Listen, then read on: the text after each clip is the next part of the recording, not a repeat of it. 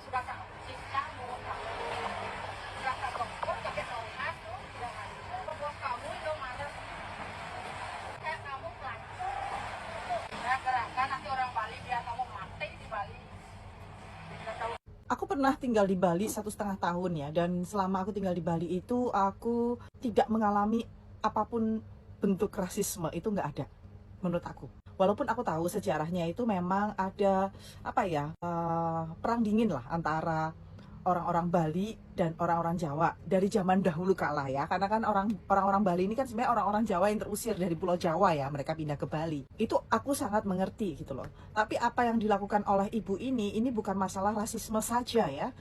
Kebenciannya terhadap orang Jawa itu sangat-sangat terlihat ya, dan bagaimana dia berkata bahwa kamu itu numpang hidup lah atau apalah. Tapi menurut aku ini sudah bersifat kriminal. Dia kan tadi ngeloin apa? Pelacur ya. Itu yang pertama. Terus yang kedua, kalau tidak ingat hukum, dia akan memukul mulut si mbak-mbak Jawa itu pakai tongkat. Itu sudah pengancaman. Dia akan ngomong sama pemilik dari tempat mbak ini kerja untuk dipecat, supaya mbak ini dipecat. Itu pengancaman kedua. Lalu berikutnya dia akan ngirim tukang pukulnya untuk membunuh mbak ini. Itu udah pengancaman ketiga. Ya, jadi banyak pengancaman atau perlakuan kriminalisasi yang dilakukan oleh ibu ini pada si mbak.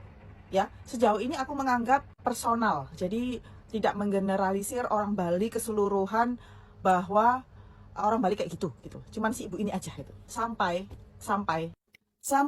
si bapak bekas anggota dewan ini datang dan mensupport si pelaku kriminal itu.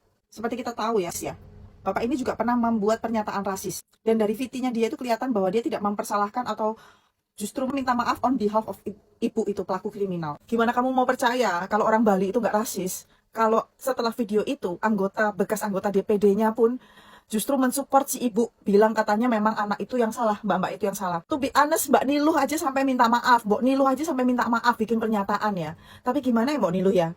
Gimana kita mau percaya kalau ternyata ya tidak ada tindakan yang tegas gitu loh buat si ibu ini. Sudah melakukan pengancaman pembunuhan, pengancaman pemukulan, rasisme, perbuatan tidak menyenangkan, udah komplit rasanya kalau seandainya ibu ini sudah digelandang ke kantor polisi. Kalau teman-teman Bali masih ingat ini pada saat COVID, pada saat Bom Bali, beberapa kali itu, yang support pariwisata di Bali itu juga orang-orang lokal kok, anak-anak Jawa yang support.